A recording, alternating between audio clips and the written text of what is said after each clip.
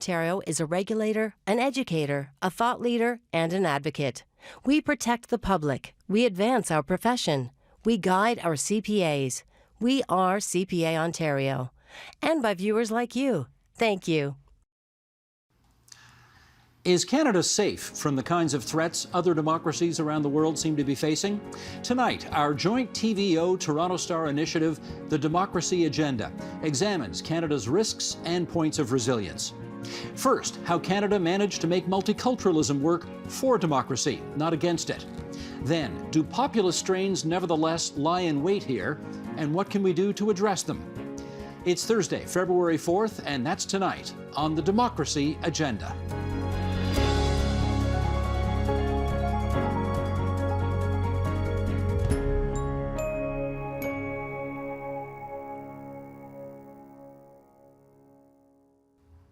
"50 years ago, Canada did something that no other democratic nation had done before. It declared multiculturalism as official policy. It was a bold stance and one that could have even been quite risky. With us now to explain, as part of the joint TVO Toronto Star initiative, The Democracy Agenda, we're joined from Kingston, Ontario, by Keith Banting. He is a professor emeritus in the Department of Political Studies at Queen's University, and we're delighted to welcome you, Professor Banting, to our program. How are you managing these days? I'm coping. That's a good word to Thank use. you for having me. That is a good word to Coping use. the way everyone else is. We live in very small worlds at the moment. Ain't it the truth? Well, on a recent program we did here on TVO, the Globe and Mail's John Ibbitson had this to say about the subject we're about to dive into. Sheldon, if you would. Well, it is a truism that everything that happens in the United States eventually happens in Canada, and to a lesser degree. So it is probably true that the kinds of resentments, the really unfortunate and regrettable nativist resentments, the resentments of the rural towards the urban, the cultural resentments that fired Trumpism are here in Canada as well. It's probably also true that thanks to social media, the transfer across the border of the tensions between progressives and conservatives, the rendering of that debate from "I disagree with you" to "you are illegitimate in my eyes," is going to happen here faster than it might have happened in the past. That's John Ibbitson from the Globe and Mail. You have spent your career studying diversity and multiculturalism, and I wonder whether you think John Ibbitson is right to fear that some of that ideological nativism, as I think he called it, might seep over the border and come to us. What do you think? Well, I think John's on to something. I'm glad he also said it would happen here to a lesser degree, because I think that's probably true. Certainly some of those resentments are here. We've seen greater polarization and attitudes towards immigration. The overall headline number about support for immigration is remarkably stable. But if you dig underneath it, you find that there's now quite a sharp polarization in the attitudes of voters for the major political parties. A polarization in which conservative supporters are less enthusiastic about immigration than they were even in the early 2000s, and liberal supporters have become, if anything, more so. So we do have an opening divide. We have urban-rural splits, no question, and there are elements of white nationalism in Canada that cannot be denied. I think it's less intense here, and I think it would remain less intense.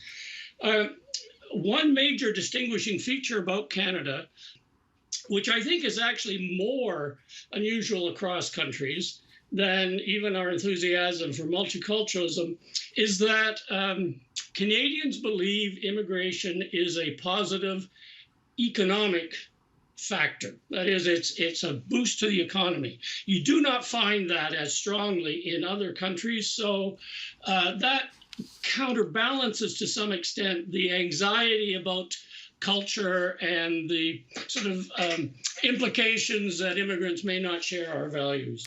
They are, in statistical terms, it's almost a dead heat between those two. And that counterbalances to some extent the impact of nativism. Well, let me jump in here because I want to take you back. Let me jump in because I want to take you back more than 50 years to the United States, where in 1964 they passed the Civil Rights Act, which was historic, and the Immigration and Nationality Act in 1965, again historic. And then 50 years ago this year, the current Prime Minister's father had this to say. He said, "Uniformity is neither desirable nor possible in a country the size of Canada. We should not even be able to agree upon the kind of Canadian to choose as a model, let alone persuade most people to emulate it. There are few policies potentially more disastrous for Canada than to tell all Canadians that they must be alike. There is no such thing as a model or ideal Canadian. What could be more absurd than the concept of an all-Canadian boy or girl? A society which emphasizes uniformity is one which creates intolerance and hate." Prime Minister Pierre Elliott Trudeau back in 1971. So here we are 5 decades later. We used to say that the U.S. was the melting pot and we were the mosaic. Do you think those labels are still appropriate 5 decades on? Yeah, they capture something about the basic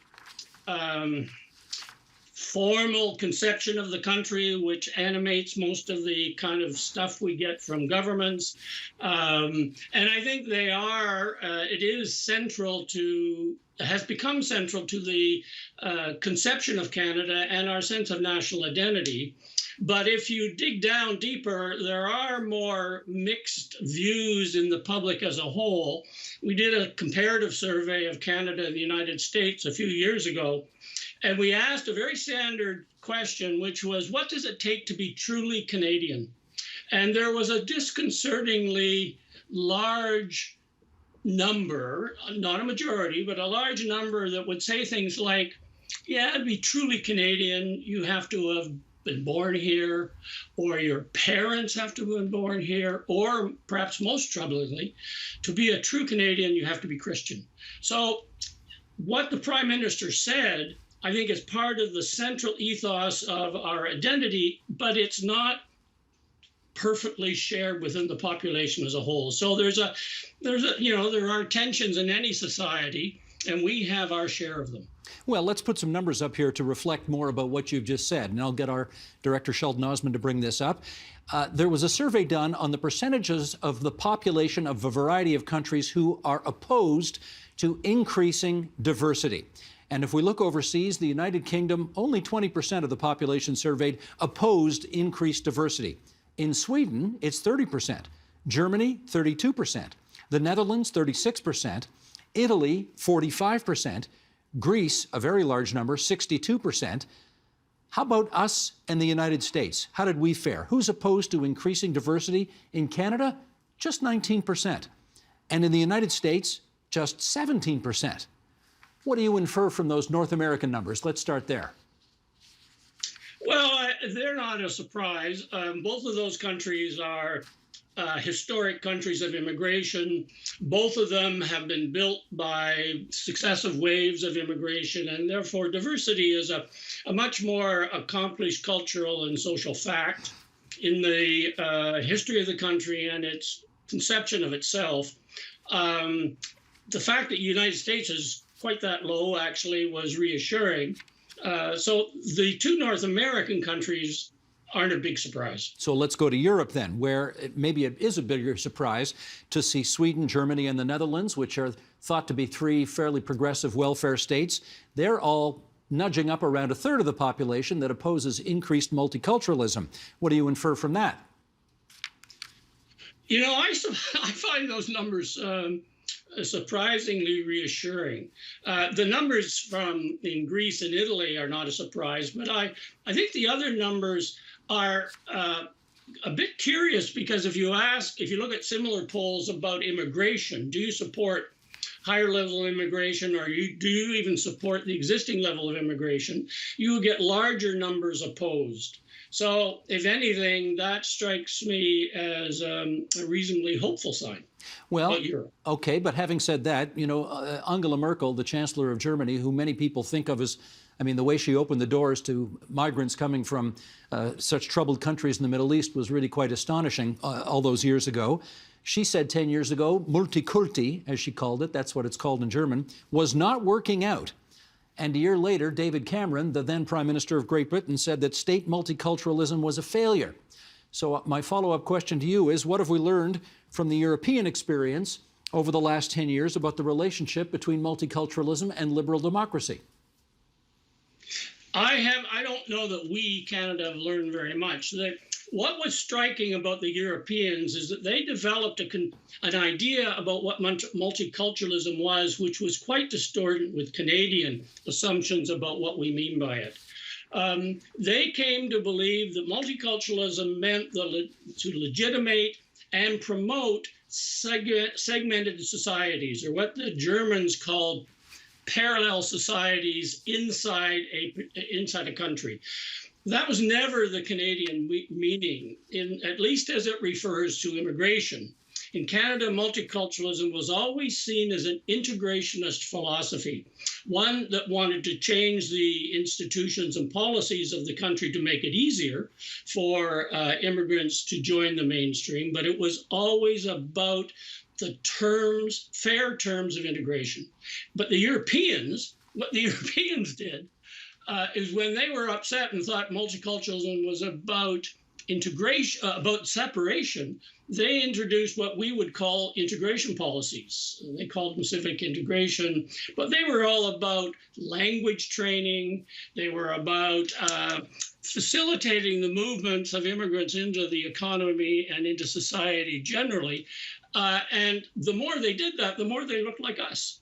You know, we have always combined multiculturalism policies with very strong and potent integration policies. We spent a bundle on language training, on settlement, on employment preparation for immigrants. So our conception of multiculturalism has always been about the terms of integration into society, not about building separate societies. Well, let me pick up on that, because I wonder whether we have to break this down even further, whether we can't just call it Canadian multiculturalism, whether we have to say English Canadian multiculturalism is one thing, Quebec multiculturalism is certainly a different kind of thing. Would you agree we've got to break it down that way?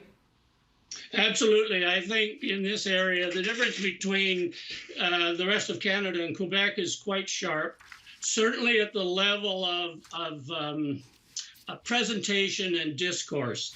In Quebec, multiculturalism is rejected extensively in political circles and intellectual circles, and they embrace something that they call interculturalism. And the basic difference is that their view is that multiculturalism treats every culture the same, including the historic culture of the native born. And in Quebec, they're reluctant to do that because they have a certain amount of anxiety about how do you survive as a French-speaking community in an English-speaking continent. And so they don't want the historic French culture to be just one among many. They want to privilege it, and they want to encourage newcomers more strongly than elsewhere, or in the rest of Canada perhaps, to join that social project. And so they use levers differently than we do in Canada, seen most markedly recently in the different approaches towards religious dress and Muslim attire for women. Well, I suspect you could go even further than that. I mean, many in Quebec see diversity as a threat to their national solidarity. Do you think they're wrong to feel that way? Well, in 1995, it was very clear that sort of historic French Canadians voted to separate Canada, and immigrant communities did not. So at one level, the diversity in the province did threaten that social project. I think what is interesting is that since then, Quebec intellectuals and Quebec governments have worked very hard to refashion the idea of Quebec nationalism, moving away from a traditional ethnic conception based on the 400 families in old Quebec, to a more liberal or civic conception, it's sometimes called, which says, you know, you don't have to be from the past. You don't have to adopt the culture of the past, as long as you adopt the basic laws and principles, liberal democratic principles, and support the kind of agenda that Quebec broadly has defined for itself. And yet they've done that. But even still, turns out liberal nationalists, civic nationalists, are still prepared to impose conceptions of the common project on minorities. And so the volunteer liberal nationalists, many of them do support the requirement that people not wear religious dress in public settings. Professor, this is going to sound like a leading question, but trust me, it's not meant to be. It's just meant to be a neutral, open-ended question. I put that on the record right now. Do you think that different countries, depending on their histories, and you've looked at this for many decades, depending on their histories, their different geographies, their different cultures, do they have a limit on how much diversity their democracies can handle? Whoa, that's it's not a loaded question, but it's a big question. What we have found is that there's no upper limit on sort of the proportion of the population born outside the country, which is the way people measure the immigration flow. There's no upper limit. Countries with very high immigrant populations can be relatively settled with that number, as long as the number is relatively stable. Where you get political anxiety is when the number, the proportion of foreign-born in the country is rising rapidly. So a country like Canada, long settled, large immigration, as long as those numbers are relatively stable over time, you don't get political reactions. Where you get political reactions is where you have a country which doesn't have a history of immigration, or which has a history of relatively low levels of immigration, but then you see a spike in the numbers. And that has proven to be politically unsettling everywhere. Whether we're talking about, I don't know, sort of what's going on in Europe post the big surge in Syrian refugees in 2015, or whether even here in Canada, in the early 1990s, even in a recession, the size of the immigration intake each year rose sharply. And we had some, in that period, a majority of Canadians said the level of immigration was too high, something we have not seen since. Well, so I think it's the pace of change in a society which is critical, and I don't know of any upward bound which says you can't go beyond this level. Well, okay, I take your point, but in our remaining moments here, let me follow up on this, because there certainly is a sense among moderate, progressive Canada that if you are critical of multiculturalism, you are somehow outside of the national conversation. And if that's the case, how concerned are you that there is a potential for increased polarization in Canada, and that it will center around issues such as multiculturalism and immigration? Well, I think if I had to pick an issue, immigration would have a potential. And as I said earlier, we are seeing a division in the attitudes of Canadian voters, a growing split between the parties. And we saw in the latter part of the Harper government a tendency to mobilize attitudes around Muslims and the niqab. And so I think there's a potential there. The Tories were never very happy about multiculturalism, reflecting the strain from the Reform Party. And so there's no question there's a potential there. It is interesting that despite that, the concept of multiculturalism still resonates in the population as a whole.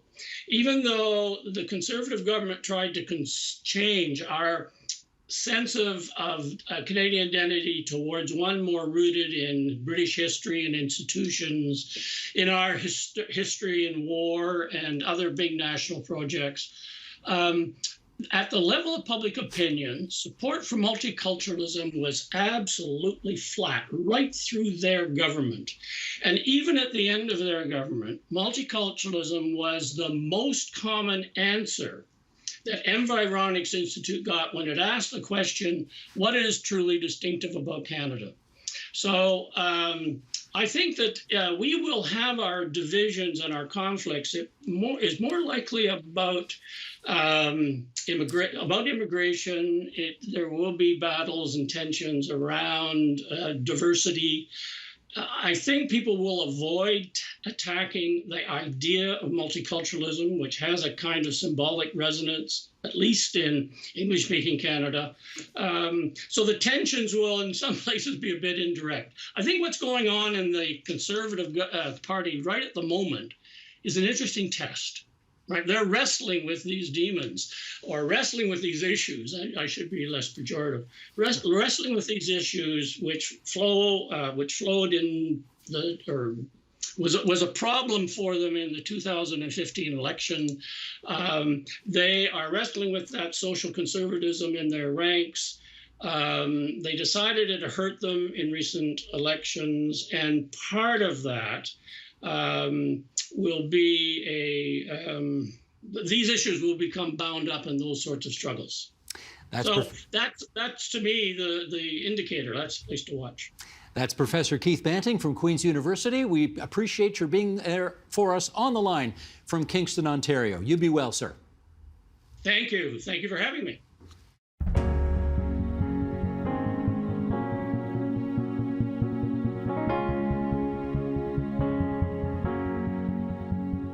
Over the past 4+ years, the world watched as Americans did democracy quite differently. Canadians paid particular attention, wondering what, if anything, might seep across the border. And while so far the kind of populism that roiled the U.S. hasn't found much traction here, Canadian democracy has polarizing strains that cannot be overlooked. With us to further the conversation of our TVO Toronto Star joint initiative, The Democracy Agenda, let's introduce, as is our custom, from furthest away to closest to our studio, starting in Calgary, Alberta. There's Jen Gerson. She's a journalist who's written for the New York Times, Maclean's, The National Post, and most recently is co-founder of The Line. That's an online newsletter. In Fredericton, New Brunswick, journalist Vicky Mochama, whose work has appeared in The Walrus, The Washington Post, and The Toronto Star, among others. In Montreal, Quebec, Andrew Potter, associate professor at McGill University's Max Bell School of Public Policy. And in the nation's capital, there's Susan Delacourt, national affairs columnist at the Toronto Star, our partners in this endeavor, and we're really grateful to have all four of you alongside tonight for this conversation. And Susan, I will start with you first, because it was almost a decade ago in the pages of the Star that you wrote, "Canada isn't divided into left and right, but into fierce partisanship and total apathy." Do you think that's still true today? Yeah, I do. I do think it's true. I had forgotten I'd written that, but good line. But yeah, but yes, I do think there are still at the partisan level in Canada, there is a lot of polarizing forces. I think the interesting thing in Canada is they're not over specific policy issues. I think the polarization we see in Canada is about identity and values issues. I think that just about before the pandemic, if anybody can remember before the pandemic, we were in the middle of a very large national conversation about the blockades taking place across the country, Indigenous protests. And that was starting to be very, very fiercely partisan and very polarizing. And I think, there's been a suspension of it for a bit during the pandemic, but I think when we talk about values and identity in Canada, I think we do get into polarizing forces. Not as bad as the States, but not undisturbing either. It's interesting how that issue has not gone away, but the coverage of it utterly has. Don't you think? True. Yeah. Yeah. Yeah. Yeah. Andrew, let me get you to follow up. Do you see signs of a deepening polarization due to rising or surging populist anger in Canada?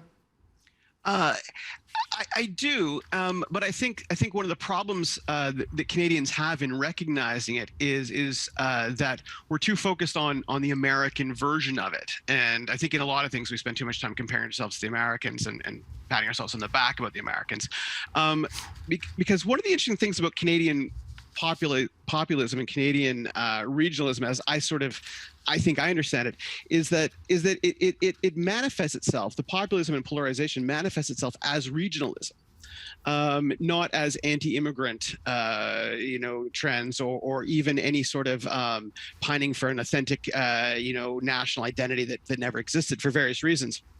But I do think that Canada is a highly regional country, and a lot of those polarizing and populist excesses or impulses just manifest themselves as just an alienation from the center and from one another.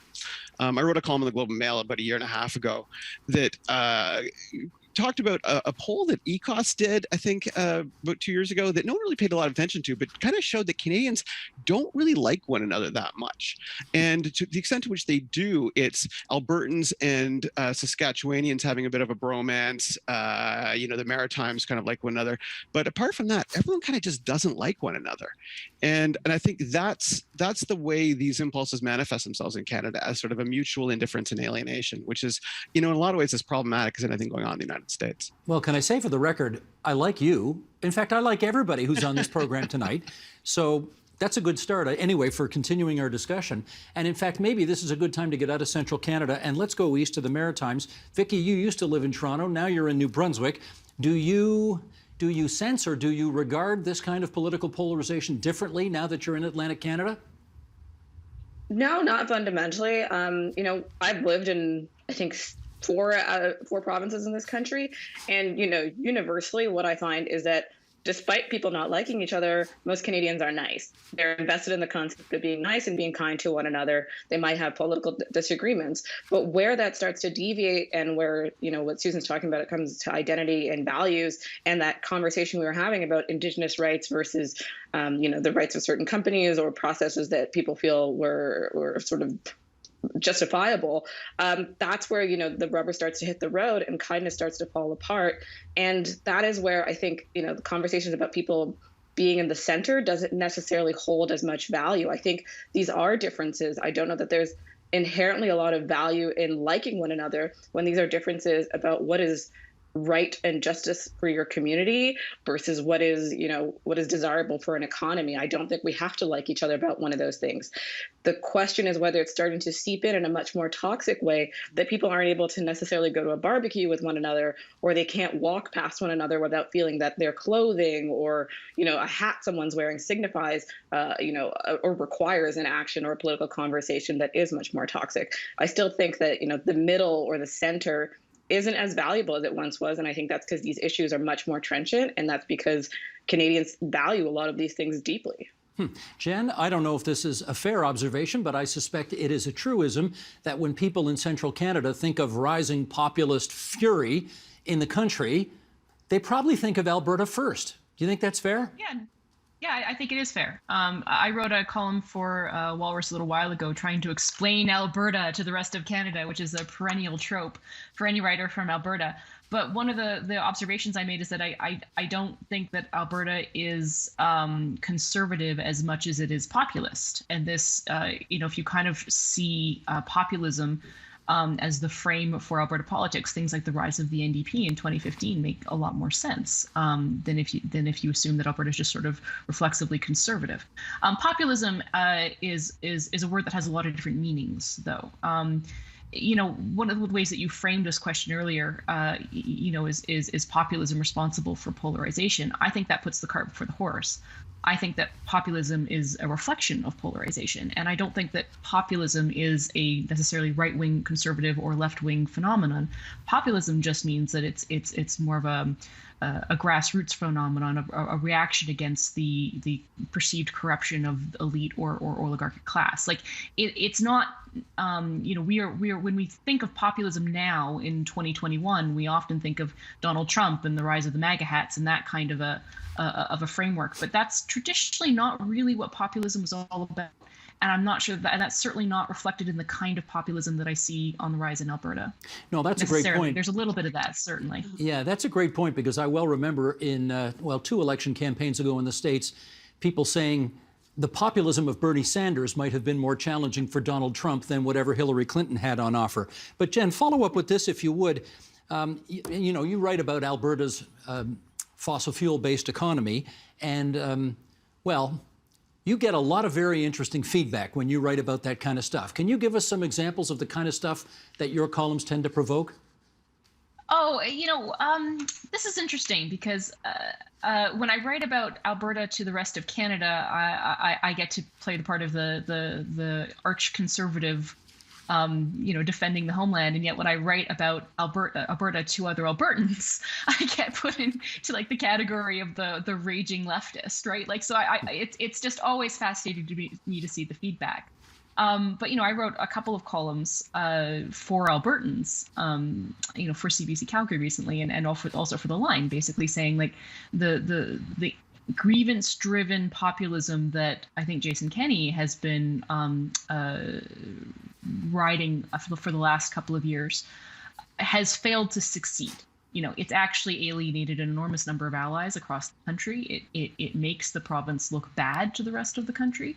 And it's also setting Albertans themselves up for failure because, he sort of portrayed this idea that if Alberta just elected the UCP and kicked the socialists out, the price of oil would rebound because all of these issues were the NDP's problem and the NDP's fault. The economic problems were the NDP's fault. And yet 2 years later, what do we find? We find that the economic situation hasn't improved. The tax cuts haven't brought jobs back. Keystone XL has been canceled. And we've got, a failing war room and a joke of an inquiry into foreign funding. And I don't know what's going to happen with that equalization referendum. I'm waiting for it. It's going to be a great fun, great column fodder for me. But I mean, these tactics have fundamentally failed to produce the results that Kenney was trying to promise they would. And as a result, I think that you're seeing a revival of this populist anger, but now against the UCP. Well, let's put some numbers on this, because 1,500 Canadians just a week and a half ago were surveyed by Public Square Research, and we're going to throw a bunch of numbers at you and our viewers and listeners right now, and then I'll get you all to weigh in on this. Here we go. Sheldon, if you would. 77% of Canadians are said to be very angry about what is happening right now. 73% of Canadians, 73%, feel like society is coming apart. 44% of Canadians say, I hate politics. Only 15% of Canadians have a great deal of respect for governments, but that is more than the 12% of Canadians surveyed who express a great deal of respect for the media. Altogether, 26% of Canadians have either not much faith or no faith at all in democracy. 50% of Canadians agree that people who express offensive ideas should lose their jobs. Half of people surveyed said that. 36% of Canadians are afraid of losing control to minorities, while at the same time, 87% agreed or strongly agreed that Canada does need to fix racial inequality. Okay, lots to chew on here. Let's pull this apart. Susan, going back to you first. Let's start with government and media here. Pretty small numbers when it comes to respect for government and media, and 44% of Canadians hating, that's the word they used, hating politics. What do you infer from all that? Well, let me try to be the optimist. Not a lot of polarization on those issues. Pretty much unanimity on a lot of them. I'm not surprised. I'm kind of angry about what's happening right now, and I think the pandemic has made people feel like society is falling apart. That's understandable. I think the worry about people believing in government and the media, I think that is something. I don't just say that because I'm employed by the media. What I think I cling to here in Canada is so far we don't have a polarized media climate. Not yet. We've had hints of it here and there, but there is media is in the middle here in Canada as much as it can. It leans a bit this way, a bit that way, but we don't have a Fox News versus CNN kind of situation here. Right. What is that? Sorry, Andrew, what do you think it portends for a democracy when you've got more than 70% of Canadians feeling angry about what's happening right now and feel as if society is coming apart? Yeah, I mean, it's obviously not good numbers. I guess, I mean, I'd like to sort of look and see how the questions were asked and what they were talking about. I mean, if you're talking about angry about the pandemic and angry about the handling of the pandemic, I mean, there's very good reasons for everyone to be angry about that, and good reasons to feel that society's coming apart. I mean, one of the most interesting things that's been happening in the last 4 years is, you might remember after David Bowie died, this meme went around, like a tweet or a meme where it said, I'm not claiming that David Bowie was holding the universe together, but look around, right? and ever since then, every year since 2016 has been widely held up as the worst year ever, right? Every end of year media report is, well, that was the worst year ever, right? Looking forward to the next year. And then that year is the worst one. And it just keeps getting worse and worse and worse, right? And trying to pull apart why that's the case would be an interesting thing. One possible answer is things are getting worse and worse and worse. Another possibility is that social media, and I hate to sort of say, well, just add the internet, right, and you have trouble, but there's definitely something to that, right? I mean, there's a very good reason why doom scrolling was the neologism of 2020, right? This idea that social media is just, one long scroll of doom. So I'm kind of hemming and hawing here because I don't really know what to say, except these are bad numbers. And in the context of a pandemic, which has been, pretty badly handled by every level of government in Canada. And again, we will always compare ourselves to the United States and look, oh, what a train wreck it is down there, right? But, Canadian governments show themselves to be massively unprepared for the pandemic and massively incapable of responding strategically, logistically, and coherently to it at virtually every level. And the only ones who have done a good job are the Maritimes, who quite soundly, and I didn't like it when they did it, but they rolled up the borders and said, we'll see you when this is done. Well, having said what you just put on the record there is another number I didn't give, which is 88% say, my family and I are safe. So as much as we may want to criticize what the government's provincial, federal, municipal, celestial, whatever, are doing right now, 88% of people say, I feel safe, and so is my family. That's encouraging, I think, isn't it? It is, yeah. Okay, let me go on to some other numbers here. Vicky, I'd like you to weigh in on the fact that half the people surveyed, and I guess methodologically speaking, we should point out this was an online survey. Take that for what you want. 50% of those surveyed say you should lose your job if you say something offensive. Vicky, weigh in. What do you think of that? Well, I mean, I think that's always been true. You've had the potential to lose your job for saying something offensive for the entirety that jobs have existed. What I think a lot of these numbers are masking, and I would love to see things like a racial breakdown, a gender breakdown, an economic breakdown of those surveyed, and I generally always do. But in Canada, we don't generally survey for the race of the respondents, and I think that leads to a number of failings. But there are concerns that people have about how, for a very long time, people with racist views, sexist views, anti-Indigenous views have been allowed to hold positions of power without any notion of consequence or accountability. And I think that also speaks to the numbers that we tend to see about the media and government and a lack of respect. There are communities who consistently have felt failed by these institutions. And what I see now in these numbers is that more of the country is arriving at the place that Black and Indigenous communities have always felt. To me, it's striking that in the middle of the Wet'suwet'en crisis, a friend of mine who is Mohawk, she and I had a conversation about, she said, I cannot express to people the scale or depth at which the social welfare and the social welfare net in this country is falling apart. Huh. And if I had told people that in February, they would have said, what are you talking about? It's fine. But a month later, it became very apparent and very clear that there were major failings, that there were huge gaps in this country. And I think for a number of people, in the healthcare community, they have been saying for years, the long-term care facilities and the experience of personal support workers, of migrant workers, those need to be addressed because we have a major crisis in those communities. And they were either dismissed or underheard by both media and politicians. And so I think respect is a mutual experience. And if they're not feeling that from governments, and if governments aren't taking care to respect those communities or respect those concerns, then it's not surprising that there is a mutual antipathy coming back at them.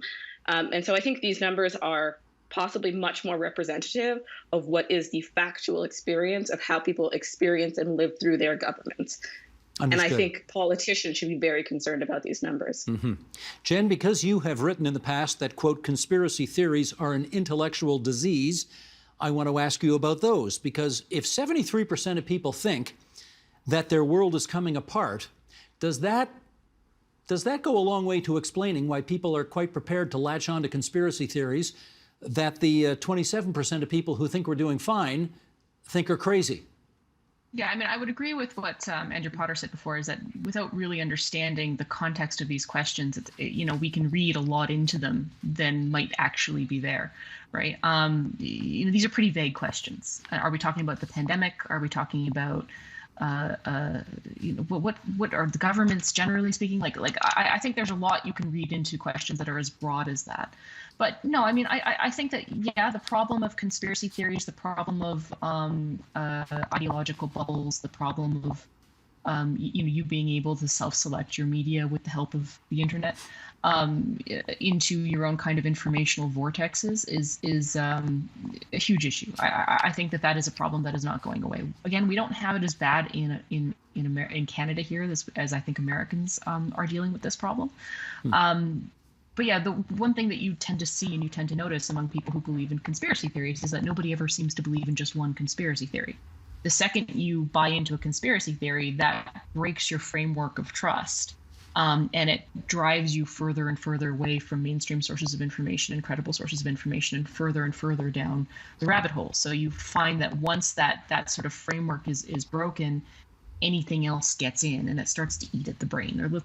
Conspiracy theories are a little bit like maggots in the brain, right? They start to warp your perception of the world to such an extent that your informational filters, your normal informational filters, break irreparably. Now, does that account for 70% of the population feeling this way? Probably not. But there is no doubt in my mind that we are seeing sort of a rise in conspiracism, and have been for the last 20 odd years. Susan, let me follow up with this. I'm interested in the 36% of Canadians who admit to fearing a loss of control to minorities. Who do you think those people are? Oh, anybody in a position of power who feels, I think, that that every bit of progress comes at a price to them. We've seen this for quite a while in Canada as well. I'm really interested in where these numbers do show polarization. And again, to loop back to what we were saying earlier, it's about identity issues. It's about people feeling that that the world is organized now according to identities. I think Vicky made reference to this too. We don't talk about the middle as much as we used to. We don't talk about a mass market middle. Not like we did in the latter part of the 20th century. We talk about people living in niches and niche marketing and things that are customized to you. So to go back to your question, that was a long way around. I think these people are the people who feel that probably white, probably male, the people who have traditionally had power, and feel that it is being taken away from them because of their identity and not because of anything they've done. Are these the people who write you love letters after you write a column about having a conversation with the Prime Minister? Very interesting question. Yes, those are. This is almost a private joke, but the letters aren't. Yeah, there is a definite tilt to the letters, and whenever I write something about the Prime Minister, neutral, negative, whatever, there is a constituency out there. They are male. They are older, because their reference points are usually to his father and something. They usually make reference to the fact that this is what happens when you get women in journalism. You get prime ministers like Justin Trudeau. They feminize him. So yes, those are. I hear from them a lot, and they are. I think I could put them into a demographic group of what some might call angry white men. Well, let's go further. Andrew, do you want to call them the Trumpian lair of Canada's political culture? Sure. I mean, I'll go along with that. I think there's a problem which we don't think I don't think we address enough, which is that a lot of what's happening, the identity politics and this Trumpian lair, if you will, is closely connected to, I believe, the fact that since 2008. In particular, since the 70s more broadly, we've seen a fairly high level of economic stagnation. And economic stagnation is known to be highly correlated with reversion to identity politics, resentment, tribalism, and so on. And its opposite, growth. And while it's trendy to sort of like disdain economic growth makes people more open-minded, makes people more welcoming of immigrants, and so on. When the economy is stagnating or even shrinking, people adopt a very zero-sum approach to the wealth and resources that are available, and start to resent immigrants, start to resent minorities, and so on. And I think this is an ongoing problem. The stock market's doing crazy things right now, but the fundamental problems of the economy have not been fixed, and there's not very much evidence that the current government has much in the way of innovative ideas for how to fix that. Well, having said all that, we should not leave the impression that all the numbers that came out of this survey were doom and gloom, because, Vicky, we point out 87% of the people surveyed agree or strongly agree that Canada needs to fix racial inequality. I mean, what do you want to infer from that? That's got to be some kind of positive development, isn't it? Yeah, I mean, I think I'm interested to see what that means and what people feel about that, because sometimes that means things like changing the borders or boundaries of where schools and school placements are. And in the American example, what we've seen in those moments is a rise of white, usually female-led movements against any kind of integration. And so in the Canadian concept, what do we do about the fact that a lot of Indigenous communities are now demanding the rights to which they're entitled under the Constitution? Here in New Brunswick, you have the Coalition of Nations who are coming together to say that they actually own the title deed to about 50% of the province. As that case proceeds, the question is whether or not the rest of the province, the settlers, the white communities, and other racialized communities who are here will be able to hear those claims and those concerns without responding in a much more aggressive and violent way. And I just want to, go back to one thing that Andrew said about, the connection between identity politics and economic anxiety or economic concerns. Identity politics is a phrase that was coined and invented by a collection of women called the Coombe River Collective. It was a group of Black women who were studying their neighborhood and saying that legal and reproductive rights for Black women simply don't exist, that these women existed in a space called identity politics, and that their experiences were defined by their identity. But what they were very careful to say was that economic concerns weren't in there, because Black women who were wealthy, Black women who were poor, Black women who were middle class were experiencing the same set of legal and reproductive concerns that weren't being met. And so when we use a phrase that was coined by Black women and apply it to the experiences of the majority white community, we're really misleading people on what that phrase is supposed to do. And I think that's really concerning, because identity politics is being used to mask and hide a number of sins. But I think the phrase itself should be really listened to, and the concerns of what this founding ideology is being manipulated in a way that does lead to further polarization. When I describe these concerns to people who are white and middle class, when I tell them about the origins of the phrase identity politics, they usually say, "Oh, that's a different thing than I thought it was." And so I think we need to take a pause sometimes and explain to people what is happening. As journalists, I think we should take that very, very seriously. Instead of skipping ahead to what is the outrage, we need to explain the very basis and definitional terms of what's happening. And I think that step gets missed a lot. Andrew, you want to come back on that? No, it's interesting. I mean, I didn't know the origins of the term. I think it doesn't change the fact that identity politics, has been used by academics and journalists and other people to refer to a broader set of concerns or claims and so on. But yeah, it's interesting. It's a miscitation, and I think that's, as journalists and academics, we should take that, as personal and professional concerns. Okay, duly noted, as they say on Canada land. Let's move on to, that was for you, Jen, because that's the world that you live in sometimes, right? Okay, Jen, let me put this to you. Not anymore. I know. Here's some numbers that again, we don't want to leave the impression that everything is all doom and gloom out there, because again, in this survey, 2/3 of those surveyed said democracy isn't perfect, but it's working okay. 74% of people feel they have some or a lot of faith in democracy. 74%. 63% say, I'm doing as well or better off than my parents. That is certainly not what you hear from most millennials today, but nearly 2/3 of those surveyed said that. And a good capitalist like you, Jen, will like this. 85% said competition is good for society. So, what impression do all these numbers leave with you? Well, firstly, I don't see that only 73% saying democracy is a good thing is necessarily a rosy number.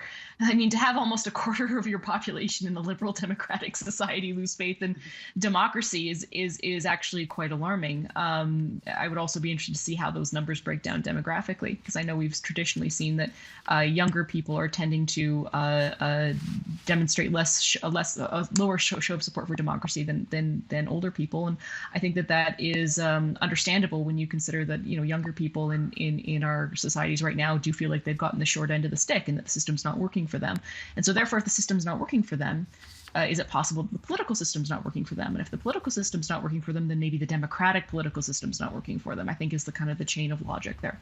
Why I find that alarming is that the alternatives to democratic systems are traditionally pretty repressive, pretty totalitarian options.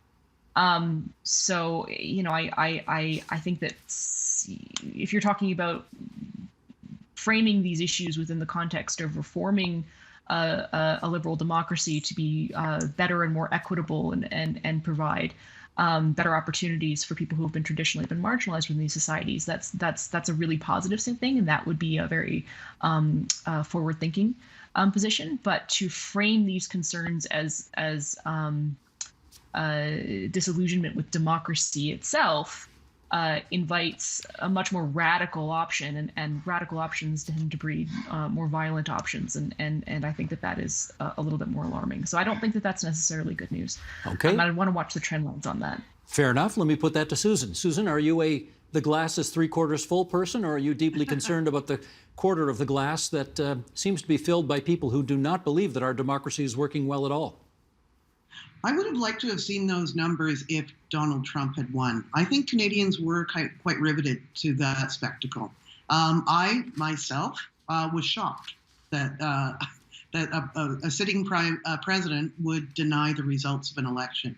I think Jen was saying this too. I distinguish between politics and democracy. I think people don't like politics and don't necessarily believe that democracy is accomplished through politics. But I think they fundamentally believe that their vote counts and that the system should work. I just don't think they think that politics works. And on that, they're correct. Politics not a great system for delivering democracy. Politics is not a great system for delivering democracy. Really? No. I do away with political parties. Myself? That's a whole other story. That is a different show, but maybe we got to come back to that in a future show. Get rid of all political parties in the country. Yeah, I like the way municipal governments function. I think the reason that people like municipal governments better is because there's no nonsense. A lot of the political polarization is fake political polarization. It is people deliberately taking extreme views to fit into a political system that doesn't actually, we all don't think the way political parties do. I don't think that somebody is evil because they disagree with me.